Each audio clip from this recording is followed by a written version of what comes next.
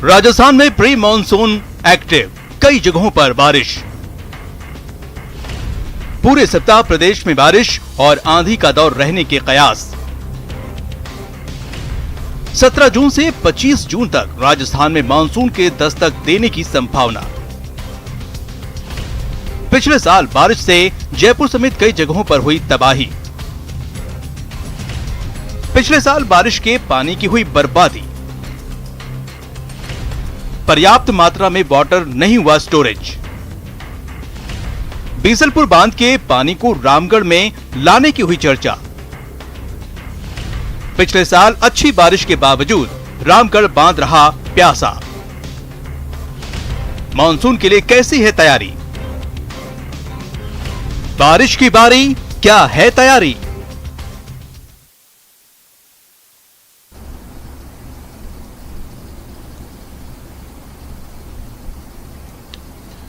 नमस्कार, बहुत स्वागत है आपका। प्राइम डिबेट देख रहे हैं आप, आपके साथ में जेपी शर्मा। आसमान से अमृत रिसना शुरू हो गया है। मानसून की आमद से पहले फिलहाल प्री मानसून कमोबेश सभी जिलों को भिगो चुका है। संकेत बेहतर बारिश के हैं और महामारी और महंगाई से जूझते आम आदमी के लिए कुदरत का यही सबसे सामयिक और बेहतरीन तोहफा हो सकता है। सरकारें राहत दे पाएं न दे पाएं, मानसून अगर सही से मेहरबान हो जाए तो महंगाई से राहत मिलने की पूरी संभावना है। अब सवाल यह है कि वसुंधरा के लिए अमृत समझा जाने वाला पानी जो है उसको सहेजने के लिए जतन कब होंगे, और यह सवाल दोनों स्तर पर है। सरकार के स्तर पर भी, जहां इस तरह की कोशिशें अक्सर सिस्टम की सुस्ती का शिकार बन जाती हैं, और आम आदमी के स्तर पर भी मानसून का मतलब बारिश के मज़े लूटने तक ही समझा जाता है। तो 2 साल पहले जब बीसलपुर ओवरफ्लो हुआ था तो ये बहस छिड़ी थी कि क्यों नहीं उस सरप्लस पानी को हम दूसरे बांधों में पहुँचाएँ, जहाँ की आबादी के कंठ अभी भी सूखे हुए हैं, लेकिन सिर्फ चर्चा होकर रह गई, वो भी आम लोगों या जल संरक्षण के क्षेत्र में काम करने वालों के बीच। सिस्टम की दिलचस्पी किसी जतन में कब जगती है ये किसी से छुपा नहीं है। तो अब जब मानसून दस्तक देने ही वाला है तो कुछ सवाल बेहद प्रासंगिक हैं जिन पर समय रहते चर्चा हो जाए, जैसे अमृत को सहेजने की तैयारी कब, सूखे कंठों को भी क्यों नहीं बख्शती सियासत, और पानी को लेकर अपनी जिम्मेदारी कब समझेगा समाज, कब समझेंगे आप और हम।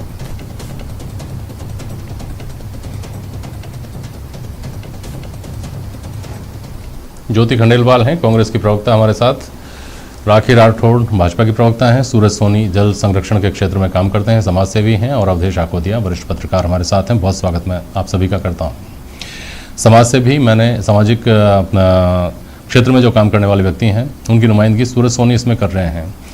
समाज की क्या जिम्मेदारी है, समाज अपने दायरे में रहकर वो सारे काम करता है कि नहीं करता है, क्या करना चाहिए, कितना किया जा सकता है, इस पर मैं आपसे बात करूंगा सूरज जी। और आप दोनों जो मेरे राजनीतिक मित्र इस पैनल में हैं उनसे मैं ये चर्चा करूंगा कि सिस्टम पर ही आकर बात सारी ठहरती हैं, तो ऐसा क्यों होता है हर बार कि हम पर ज़्यादातर तो खैर राजस्थान के हिस्से में सूखा ही आता है, ज़्यादातर तो निराशा ही हाथ लगती है, लेकिन कभी कभी मेहरबानी भी होती है मानसून की, उसके बाद भी हम उसको सहेजने में नाकाम रह जाते हैं। ज्योति खंडेलवाल, पिछले 2-3 साल से अच्छी बारिश हो रही है, इस साल भी बारिश बेहतर होने की पूरी संभावना है। क्या हमको उम्मीद करनी चाहिए कि हमको जो अतिरिक्त मिलेगा हम उसको आने वाले वक्त के लिए, रेनी डे तो मैं यहाँ इस्तेमाल नहीं कर सकता, आने वाले वक्त में जब क्राइसिस होगा तब हम उसका इस्तेमाल कर पाएँ? क्या इस तरह की कोशिशें अब देखने को मिलेंगी? ज्योति खंडेलवाल।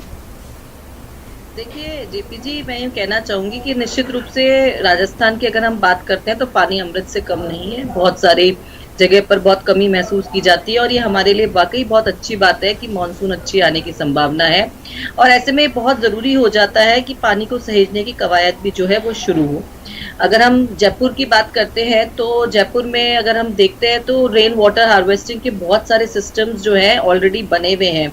जहाँ पानी इकट्ठा होता है वहाँ पर भी बने हुए हैं। बहुत सारी गवर्नमेंट बिल्डिंग्स में जो है वहाँ रेन वाटर हार्वेस्टिंग के सिस्टम्स बने हुए हैं, तो उनको मेंटेन किया जाना बहुत ज़रूरी है। मैं हेरिटेज की बिल्डिंग के लिए ज़रूर कह सकती हूँ कि यहाँ पर इसका काम हुआ है, लेकिन अभी बहुत सारा इसको मेंटेनेंस की, इसकी सफाई प्रॉपर हो जाए और पानी प्रॉपर पहुँचे, ये एक बहुत जरूरी चीज हो जाती है। दूसरी, जैसे ताल कटोरे की सफाई का काम है वो चल रहा है, और इस बार बहुत अच्छी संभावना है कि बारिश का पानी ताल कटोरे में आए और ताल कटोरा उस हिसाब से भरे भी।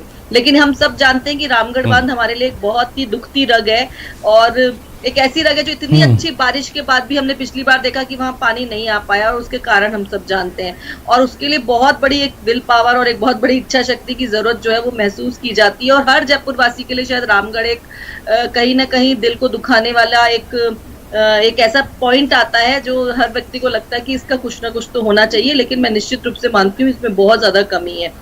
जहां तक हम और जगह की अगर पूरे राजस्थान को लेकर के बात करते हैं तो मानसून की तैयारी के साथ साथ ये भी मानसून में अगर अच्छी बारिश होती है तो रेन वाटर हार्वेस्टिंग के साथ साथ ये भी बहुत जरूरी हो जाती है तैयारी कि जो है नाले, जो पुराने नाले हैं, गंदे नाले हैं, वो प्रॉपर साफ हो जाए, पानी ना भरे, लोगों को दिक्कत ना आए कि यहाँ पे पानी भर गया और ये नहीं हुआ। ये भी एक बहुत जरूरी एस्पेक्ट हो जाता है जिसकी दिशा में निश्चित रूप से राज्य सरकार और नगर निकायों ने काम करना शुरू कर दिया है।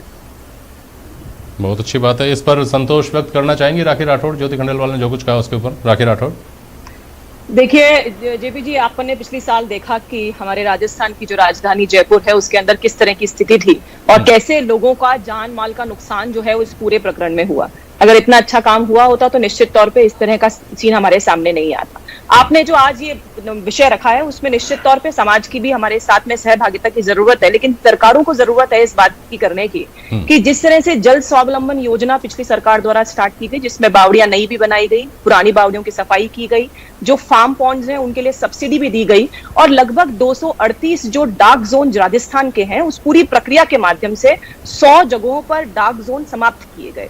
तो मुझे लगता है कि आज के समय में इस बात की आवश्यकता है जिसमें इस तरह की योजनाओं का इंप्लीमेंटेशन हो सरकार की तरफ से। और आपने देखा था कि इस योजना के अंदर लोगों का भी चाहे श्रमदान के माध्यम से हो, चाहे उन्होंने कुछ मॉनिटरी हेल्प करी हो, किसी ना किसी तरह से लोगों का योगदान था। और इस तरह का अगर योगदान होगा तभी राजस्थान के अंदर ये मानसून के अंदर जो अमृत बरसता है उसका हम लोग काम कर पाएंगे।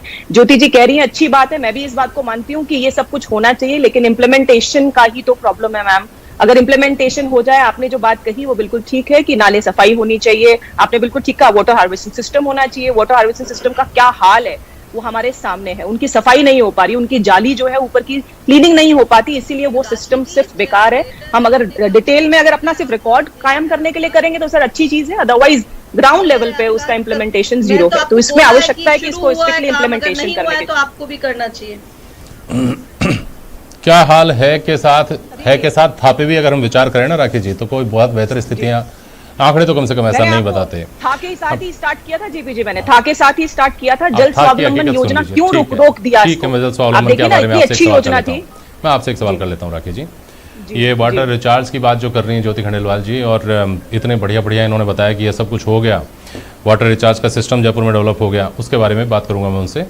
लेकिन पहले आप जल स्वावलंबन निश्चित तौर पर एक बहुत पवित्र भावना के साथ शुरू किया गया एक कार्यक्रम था, इसमें कोई शक नहीं, और अगर उसको सही तरीके से अमली जामा पहना दिया जाता तो शायद उसके कुछ फ़ायदे भी होते। ये अगर मैंने इसलिए इस्तेमाल किया है कि आपके पास जो आंकड़े हैं निश्चित तौर पर वो भी सही होंगे, लेकिन कुछ आंकड़े ये हैं कि जो 164 डार्क जोन थे 2013 में, वो 2019 में आते आते 184 हो गए, बावजूद जल स्वावलंबन के। इन्हीं 5 सालों में जल स्वावलंबन के ऊपर सर्वाधिक कार्य हुआ था ना राखी राठौड़ जी? बिल्कुल सही, आपने बिल्कुल सही बात की जेपी जी। मैं ये नहीं कह रही हूँ कि जो डार्क जोन्स थे वो कम हो गए, मैंने कहा कि 100 डार्क जोन्स के अंदर इंप्रूवमेंट हुआ। मैंने ये नहीं कहा आपको कि dark zone, number of dark zone में कमी आ गई, लेकिन जहां पे प्रयास हुए वहां पे रिजल्ट्स अच्छे। नहीं, कमी नहीं आया कोई बात नहीं, कमी नहीं आया कोई बात नहीं, उनकी संख्या बढ़ गई, कम से कम 30 डार्क जोन और पैदा हो गए नए। सर संख्या बढ़ने का बहुत सारे कारण है, जैसे संख्या बढ़ना अभी अब शुरू होएगा। जैसे सरकार ने पहले कलेक्टर से परमिशन के बिना बोरिंग अलाउ नहीं किया था और अब अलाउ कर दिया, तो 100 गज के जो प्लॉट है उसमें भी बोरिंग हो रही है, उसका कोई मॉनिटरिंग नहीं है, तो होगा ना ऐसा? अगर इस तरह की परमिशन ये सवाल उठता है, कितने भी एफर्ट कर लो आप, वो जीरो पे आएंगे आप। हाँ ठीक है, तो आपने अपना ये इस तरह से जस्टिफाई कर दिया कि डार्क जोन हमारे समय का अगर कम थे और वो बढ़ गए, तो कांग्रेस के टाइम में तो एक नई चीज शुरू हुई है। लेकिन ठीक है, मैं सवाल कर लेता हूँ, ये सवाल कर लेता हूँ ज्योति खंडेलवाल जी से। ज्योति खंडेलवाल जी, ऐसी क्या आपदा आ गई थी? राखी राठौड़ सवाल कर रही है कि ऐसी क्या आपदा आ गई थी कि डार्क जोन्स की संख्या बढ़ती जा रही थी, इस पर चिंता जताई गई विधानसभा में। आप और हम चिंता जताएं उसका पता नहीं मोल है कि नहीं है, लेकिन इसकी चिंता विधानसभा में जताई गई, माननीयों ने जताई, जवाब सवाल हुए, भाषण हुए, सब हो गए, और नतीजा ये निकला कि बोर करने की अनुमति को सहज सुगम सरल बना दिया गया। तो ये जल संरक्षण की दिशा में उठाया गया कदम था ज्योति खंडेलवाल जी? देखिए, जहाँ तक बोरिंग की बात है तो वो कई इलाकों में हम सब जानते हैं पानी की जहाँ जरूरत महसूस होती है, जहाँ कमी में है, और वहां पर बोरिंग की दी जाती है व्यवस्था, जिससे लोगों को कम से कम कुछ राहत जो है वो पानी की व्यवस्था के लिए मिल सके। लेकिन मैं ये बात जरूर कहना चाहूंगी, राखी जी ने भी बहुत सारे सवाल उठा दिए, पर मैं ये कहना चाहती हूँ ग्रेटर नगर निगम में बोर्ड है, बहुत सारे निकायों में भी आपका बोर्ड है, मेयर है आपके। आप जयपुर की अगर बात कर ले, ग्रेटर ने क्या कुछ रेन वाटर हार्वेस्टिंग के लिए काम किया है जहाँ पानी है? मतलब मुझे अच्छा लगता है राखी जी बोलती, देखिए हमारे बोर्ड ने, हमारे निगम ने जयपुर में यहाँ रेन वाटर हार्वेस्टिंग की मेंटेनेंस पूरी कर दी है, जहाँ पर हमने ये कर दिया है। काम करने दे रही है ग्रेटर के अंदर, सब देख रहे हैं। सफाई का काम शुरू हुआ है ना, आपने कोई जो है वो सेंटर्स बनाए हैं जहाँ पर अभी तेज बारिश हो जाए तो लोगों को अगर मड पंप चाहिए हो या मिट्टी के कट्टे चाहिए हो, बहुत सारे काम होते हैं मानसून में जिसकी तैयारी होनी चाहिए थी। लेकिन आपका बोर्ड और मेयर तो अलग ही चीजों में उलझा हुआ है। तो बोलना चाहिए राखी राठौर, बोलिए। अरे ये कह रहे हैं कि वहाँ तो आप सफाई कर रहे हैं, ग्रेटर निगम में तो सफाई की जिम्मेदारी आपने ले ली है, ये क्या सफाई कर रहे हैं? बोलिए राखी राठौर, बोलिए। प्रोग्राम है उसमें उलझा हुआ है। आपको मिले, आप 5 साल में क्या कर पाए? कोई रिजल्ट नहीं दे पाए, कुछ रिजल्ट नहीं दे पाए, तो फिर कैसे काम चलेगा? आप केवल दूसरी सरकार पे आरोप लगा दे कि उन्होंने नहीं किया। 5 साल हाँ, जवाब सुन लीजिए, जवाब भी सुन लीजिए। राखी राठौर कुछ बोल रहे हैं, बोलिए। इतना ही जल स्वावलंबन के लिए काम हुआ होता तो वो बहुत बेहतर तरीके से दिखता। ठीक, राखी राठौर बोलिए। सर जैसे ग्रेटर नगर निगम के बारे में ज्योति जी ने कहा, सब देख रहे हैं कि किस तरह की राजनीतिक घटनाक्रम ग्रेटर नगर निगम के अंदर हुआ। काम नहीं करने देना, कांग्रेस अपने मायाजाल में फंसी हुई है, अपने झगड़े में फंसी हुई है और यही चाहती है कि सब लोग फंसे रहें। हेरिटेज की स्थिति भी जेपी शर्मा जी आपको मालूम है कि क्या, हंसने की बात नहीं है मैम, बहुत सीरियस मैटर पे भी आर डिस्कसिंग।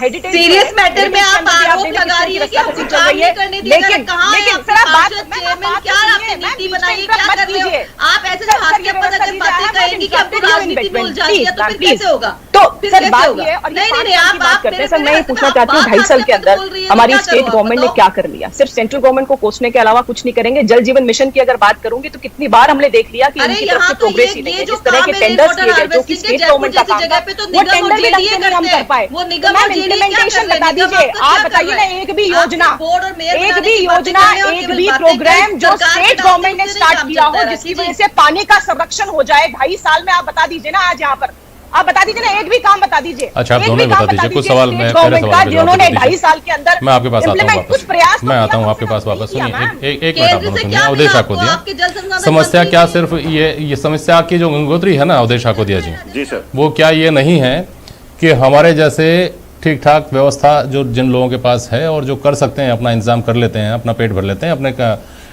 हलक में जिनको पानी की व्यवस्था करने के लिए बहुत पसीना नहीं बहाना पड़ता, वो लोग बात करते हैं, वो लोग इतने तक ही सोचते हैं बस। जो गांव देहात का आदमी, जहां तक ना सिस्टम पहुंचता है, ना जिनके हाथ में मोबाइल है कि वो लाइव करके दिखा देंगे कि देखिए ये कतार लगी हुई है बर्तनों की और एक एक बाल्टी पानी के लिए लड़ाई हो रही है, हम वहाँ की बात नहीं करते, हम सिर्फ बहुत छोटे स्तर पर बात करके रह जाते हैं। मैं इस बहस को लेकर आया हूँ इस वृहद स्तर पर बात करने के लिए, जैसा मैंने शुरू में कहा कि भले ही लोगों में ही चर्चा छिड़ी हो, लेकिन चर्चा महत्वपूर्ण थी कि बीसलपुर का पानी बहकर अगर जाता है और उससे दूसरे बांध जो हैं उनकी प्यास बुझाई जा सकती है, जो लोगों की प्यास बुझा सकें, तो उस पर क्यों नहीं काम हो, हम सब जानते हैं। ईस्टर्न कैनाल प्रोजेक्ट जो है उसको लेकर के कागजी कार्रवाई चल रही है, खतों किताबत चल रही है दिल्ली और जयपुर के बीच में, काम कुछ भी नहीं हुआ। अजमेर में किस तरह का वादा हुआ था सबको याद है, बहुत वक्त नहीं गुजरा है अभी उस बात को हुए, लेकिन उसके ऊपर भी कोई काम नहीं हुआ है। हम अपने को असहज करने वाले सवालों से हमेशा बचना चाहते हैं और अच्छी अच्छी बातें करना चाहते हैं, यहाँ से तो रास्ता नहीं निकलता। अवधेशा को दिया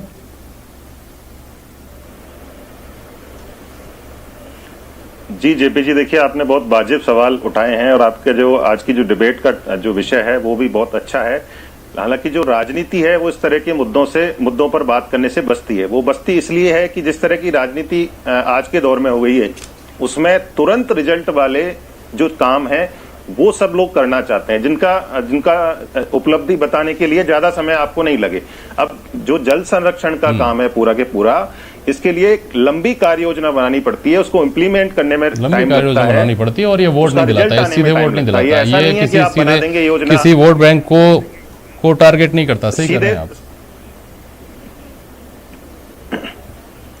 बिल्कुल नहीं करता है। इस पर वो ही सरकार काम कर सकती है जो वाकई में कोई राजनीतिक, जिसका स्वार्थ नहीं हो, राजनीतिक लाभ से परे यदि कोई सरकार सोचेगी तो इस तरह के काम कर पाएगी।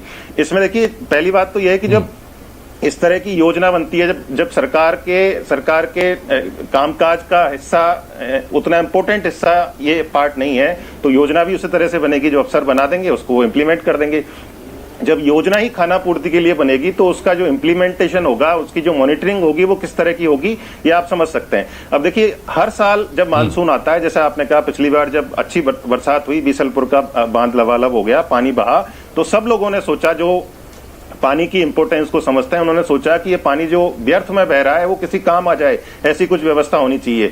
लेकिन ज्यादातर जो नगरीय निकाय हैं, गांवों की बात मैं नहीं कर रहा हूं अभी, ज्यादातर जो नगरीय निकाय वो पानी की निकासी की व्यवस्था तक नहीं कर पाते प्रॉपर।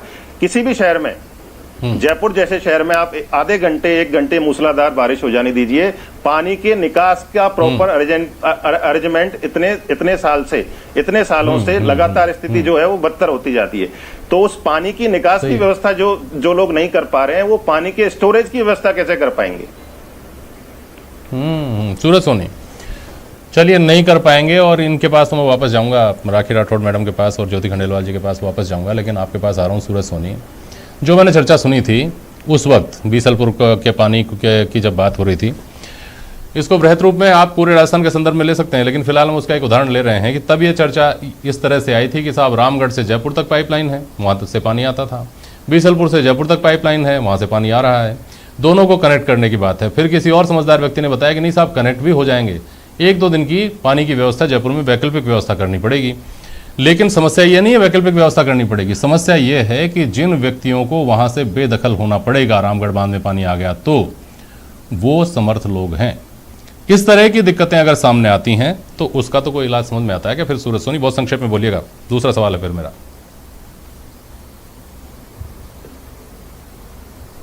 देखिए जेपी जी, रामगढ़ ही क्या, पूरे राजस्थान के अंदर, चाहे लूणी नदी हो, चाहे आप काली सिंध नदी हो, चाहे जितनी बरसाती नदियां हमारी जारी है, उन तमाम नदियों के अंदर ये जो माफिया लोग हैं, इन्होंने कहावत को सिद्ध किया है कि जिंदा आती लाख का और मरा आती 1.25 लाख का। जब बांध में पानी रहता है तो उसकी कीमत कम रहती है, और जब वो सूख जाता है तो धरती माता को इन्होंने प्रॉपर्टी में कन्वर्ट कर दिया है और लाखों करोड़ों के वारे नारे कर लिए। वहां पे होटल, रिसोर्ट, बड़े बड़े फार्म हाउस बन गए हैं। उन लोगों के जो प्रयास है, उनके कारण आज पूरे बांध का गड़ा घूंटा हुआ है, चाहे रामगढ़ बांध हो, चाहे कालक डैम हो, चाहे ईसरदा डैम हो, चाहे राजस्थान के तमाम जो बड़े बड़े सूखे पड़े तालाब है। अभी बावगढ़ बन गया, वहां पे पूरी कॉलोनी बसा दी, बड़ी बड़ी बिल्डिंगें बन गई जयपुर के अंदर। तो वो सब जो है सरकार की आंख के नीचे होता है, सरकारी अधिकारियों की सह से होता है साहब। और दूसरी बात, आपने बीसलपुर की बात की है, तो बीसलपुर के अंदर तो लगातार आप देखिए 2 सालों से 310 RL के ऊपर पानी जा रहा है, कभी 15 पहुंचता है, कभी 12 पहुंचता है, और उसके बाद में उस पानी को खोल दिया जाता है। हमने देखा कि वो सीधा जो है सामाजिक होते हुए सीधा MP में चला गया पानी बह करके। लगातार कई दिनों तक गेट खोले रहे वहां पे, पहले 2 गेट, फिर 4 गेट, फिर 8-8 गेट, वहां पे 12-12 गेट खोल दिए गए। और दूसरी ओर रामगढ़ बांध है, कालक डैम है, हमारे छोटे छोटे जयपुर के जो बांध है, इन बांधों के अंदर पानी जो है बूंद के लिए भी पानी नहीं है। तो ये कहीं ना कहीं हमारी जो है प्रशासकीय विफलता है बहुत बड़ी, और उसका खामियाजा भुगत रहे हैं। एक बात। दूसरी बात ये सूरज सोनी जी, कि जब व्यक्ति करना चाहता है तो वो अपने स्तर पर, अपने आसपास के स्तर पर, सरकार पे तो सवाल उठाए ही गए हैं, तब वो वहाँ से भी शुरू कर सकता है। मैंने पिछली बार एक बार बहस में आपसे ये कहा था, आपको एक उदाहरण दिया था कि कुओं को रिचार्ज करने का सिस्टम लोगों ने अपने स्तर पर शुरू किया है कुछ जगहों पर, जहाँ आश्चर्यजनक रूप से पानी जो था उसका स्तर ऊपर आने लग गया है। लेकिन समस्या देखिए कि मैंने जैसा शुरू में कहा कि एक फ़ोटो अपॉर्चुनिटी के तौर पर मानसून को देखते हैं कि कहीं जाओ, किसी पिकनिक स्पॉट पर जाओ, फ़ोटो खींचो, सेल्फी डालो, बस इतना। ये समझ तो आप दोनों गृहिणियाँ भी हैं, दोनों राजनीतिक जो प्रवक्ता बैठी हुई हैं, ये समझ तो हमको अपने बच्चों पर डालने की जिम्मेदारी अपने कंधों पर लेनी चाहिए कि बरसात का मतलब केवल इतना ही नहीं है। बरसात का मतलब ये भी है कि अगर कहीं संभावना आपको लगती है कि पानी को इस तरह से बचाया जा सकता है तो उस तरह से उसको बचाया जाना चाहिए। उसका स्टोरेज, उसका रिचार्ज करने का सिस्टम, इन सब के ऊपर भी बच्चों को व्यावहारिक तरीके से और कारगर तरीके से पढ़ाया जाना चाहिए। अपना एग्जाम्पल रखे सूरज सोनी।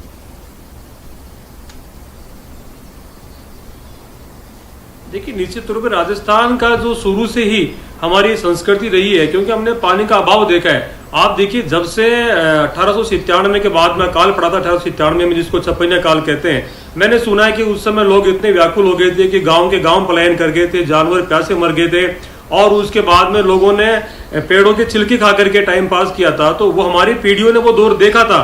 तो जल बचाना हमारी कल्चर में था, लेकिन आने वाली जो आज हमारी पीढ़ियां हैं, अभी देखिए 2 साल से लगातार बरसात में कोई कमी नहीं है, अमृत बरस रहा है साहब, लेकिन हमारी खराब तकदीर ने, सरकार की लापरवाही ने, सिस्टम की विफलता ने और समाज की उदासीनता ने इसको आफत बना डाला है। अब पिछली बार इतना पानी गिरा कि वो बह करके व्यर्थ चला गया, और अभी मैडम ने बात की नाले साफ करने की, हम लगातार बात कर रहे हैं। 15 दिन पहले मेरी हेरिटेज में अफसरों से बात भी, तो अच्छी बात है अगर 5 दिन में सफाई हो गई होगी तो बहुत अच्छी बात है, मैं धन्यवाद दूंगा। लेकिन अधिकारी तो ये कह रहे हैं कि साहब लॉकडाउन में कर्मचारी नहीं आ रहे, तो हम नालियां कहां साफ करेंगे। जयपुर शहर की जो नालियों का उफान लेता हुआ पानी है वो सड़कों पे भर गया, और आप देखिए MI रोड तक के ऊपर 3-3 फीट सड़क के ऊपर पानी जा रहा है, दुकानों में पानी घुस गया, तहखाने भर गए।